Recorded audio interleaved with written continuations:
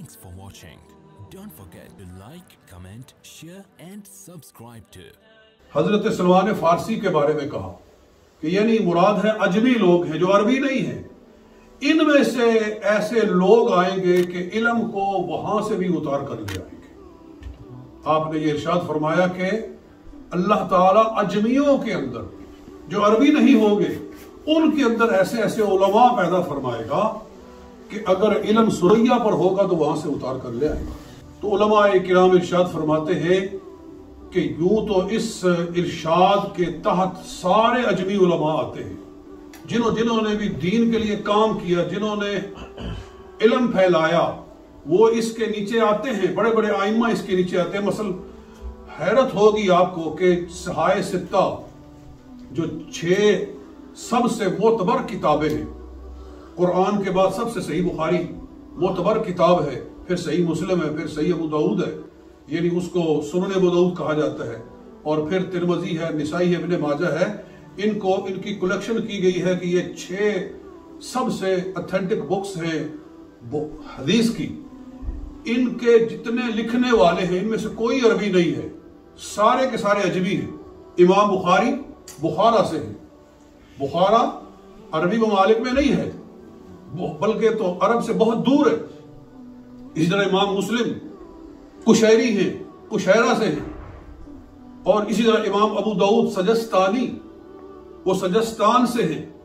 इसी तरह हदीस का जितना बड़ा काम हुआ है वो अल्लाह ताला ने अजमियों से लिया है, अहले अजम से लिया है।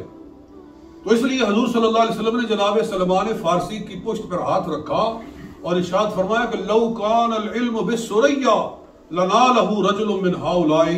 अगर इल्म सुरैया पर होगा तो कुछ अजमी उठेंगे और वहां से भी इल्म को उठा कर ले। और उलमा फरमाते हैं कि इस हदीस का सबसे बेहतरीन मिसदाक हजरत जनाब सैयदना इमाम अबू हनीफा नौमान इब्ने साबित रजी अल्लाह ताला अन्हो है कि जिनकी फिक्ह को अल्लाह ताला ने इतनी कबूलियत अता फरमाई कि आज दुनिया के मुसलमानों की गालिब अक्सरियत फिक्ह हनफी के ऊपर अमल करती है।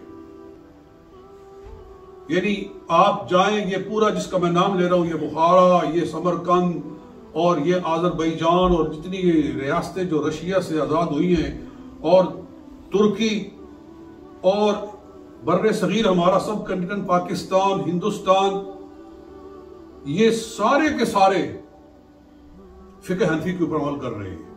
बाकी लोग बहुत थोड़े हैं जो फिक्ह हनफी से छोड़कर हैं, वो भी कुछ फिरके हैं, मगर मुसलमानों की जो अक्सरियत है वो फिक्ह हनफी को अपनाती है। ये अल्लाह ताला ने उनको ये कबूलियत अता फरमाई। आज जो हम नमाज पढ़ रहे हैं, हम नमाज किस तरह पढ़ते हैं, ये इमाम अबू हनीफा का सिखाया हुआ तरीका है। हम ज़कात कैसे देते हैं, हम रोजा कैसे रखते हैं, हम हज कैसे अदा करते हैं, ये सारे का सारा तरीका किसने बताया है? हजरत इमाम आजम अबू हनीफा ने। उन्होंने कोई अपनी तरफ से नहीं बनाया, उन्होंने कुरान और सुन्नत को ही इकट्ठा किया है, कुरान को सामने रखा है, हुजूर सल्लल्लाहु अलैहि वसल्लम की हदीसों को सामने रखा है, और रखकर फिर उन्होंने एक फिक्र मुरतब की है। बल्कि ये उनकी शान है, ये उनका एजाज है कि सबसे पहले जिसने मसाइल शरिया को बाकायदा एक कानून की हैसियत से लिखा वो हजरत इमाम अबू हनीफा है नौमान इब्ने साबित रजी अल्लाह ताला। ये बड़ा कारनामा है, यानी इससे पहले कोई ऐसा मुरत्तब शुदा कानून नहीं था। कुरान तो सारा मौजूद है, लेकिन हर बंदा कुरान को नहीं समझ सकता, कुरान से मसाइल खुद नहीं हासिल कर सकता।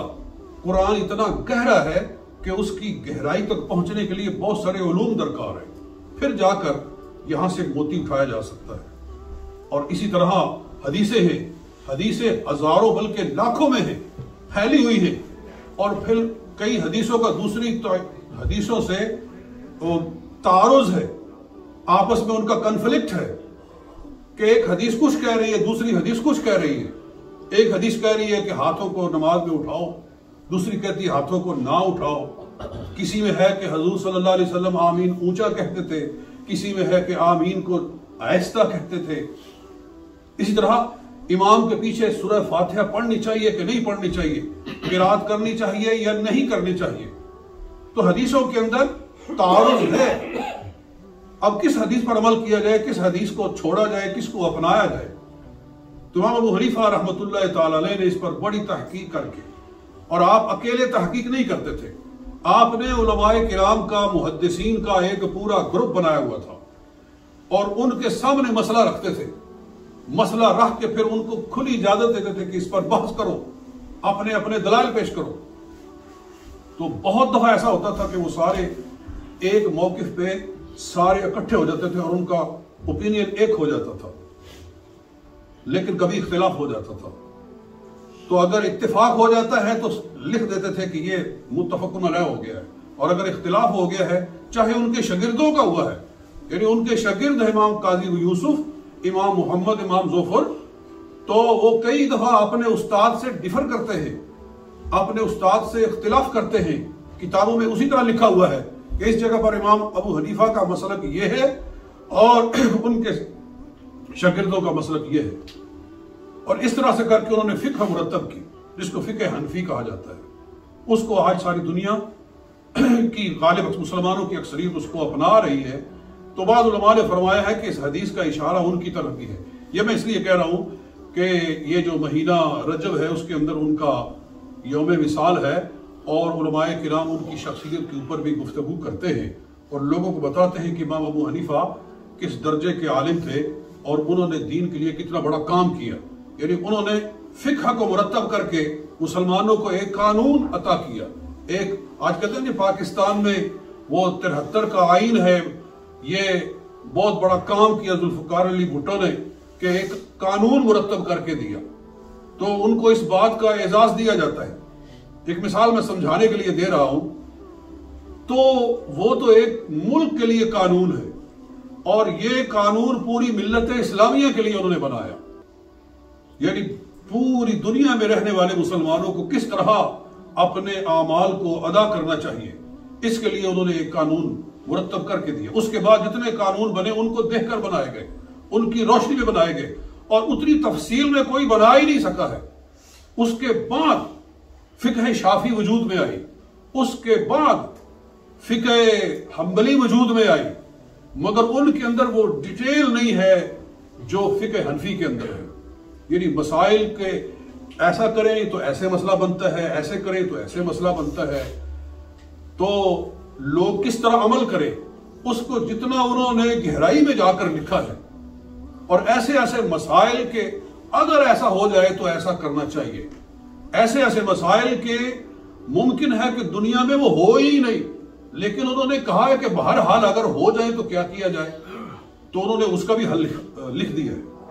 ये इतनी तफसील के साथ फिक्र हनफी मुरत्तब की, इसलिए फिक्र हनफी के जितनी किताबें हैं और जितना उसको डिटेल से लिखा गया दूसरी फिक्रों में वो तफसील नहीं मिलती है। तो मैंने कोई इल्मी किस्म की गुफ्तगू शुरू कर ली है, क्योंकि जिसके बारे में गुफ्तगू हो रही है वो सबसे बड़े आलिम हैं, तो ज़ाहिर है इल्मी गुफ्तगू होगी। आज मैं ये कर रहा हूं कि हजरत इमाम आजम अबू हनीफा रहमतुल्लाह ताला अलैह उनका उम्मत पे एहसान है, इसीलिए सरकार दो आलम सल्लल्लाहु अलैहि वसल्लम ने उनके बारे में लोगों को ख्वाब में बताया है। कश्फुल महजूब दाता अली हजवी रहमतुल्लाह ताला अलैह आपकी बड़ी पाए की तसनीफ है।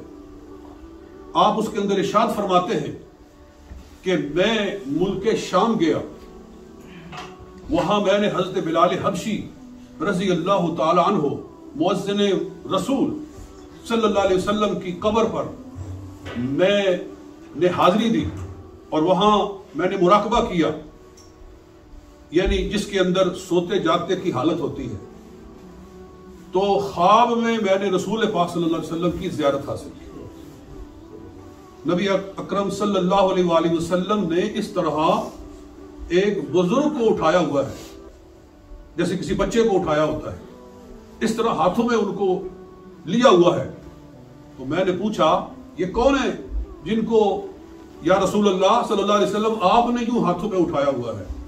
तो फरमाया तू नहीं जानता, ये मुसलमानों का इमाम अबू हनीफा है। ये इमाम आजम, अब उनको इमाम आजम का लक़ब दिया जाता है, इमाम आजम अबू हनीफा रहमतुल्लाह ताला अलैह।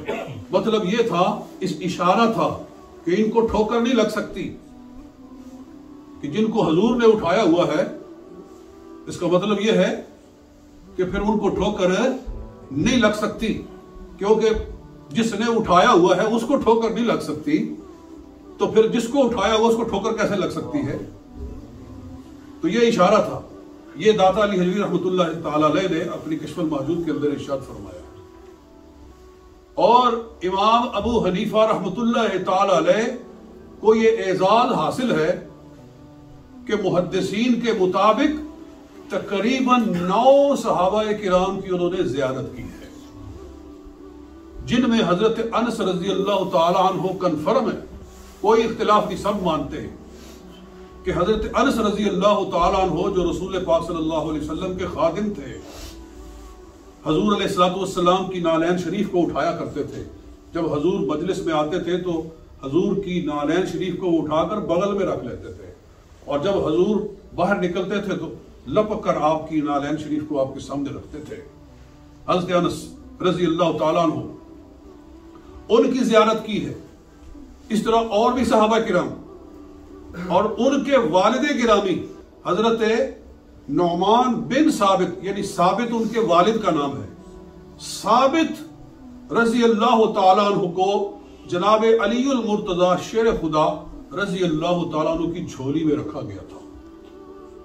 कूफा के अंदर जब मौला अली अल मुर्तज़ा तशरीफ लाए थे तो उस जमाने की बात है कि इमाम आज़म अबू हनीफा के वालिद गिरामी हजरत साबित रज़ी अल्लाह ताला अन्हु को मौला अली अल मुर्तज़ा शेर खुदा की झोली में रखा गया। आपने उनके लिए दुआए खैर फरमाई और फरमाया अल्लाह ताला इसमें और इसकी औलाद में बरकत फरमाए। उस दुआ का भी ये असर था कि अल्लाह ताला ने उनके बेटे को पूरी दुनिया का इमाम बनाया। इसलिए मैं उनका जिक्र खैर कर रहा हूं। अल्लाह अहकमुल हाकिमीन हमें इन इमामों के नक्शे कदम पर चलने की सही माने में तौफीक अता फरमाए।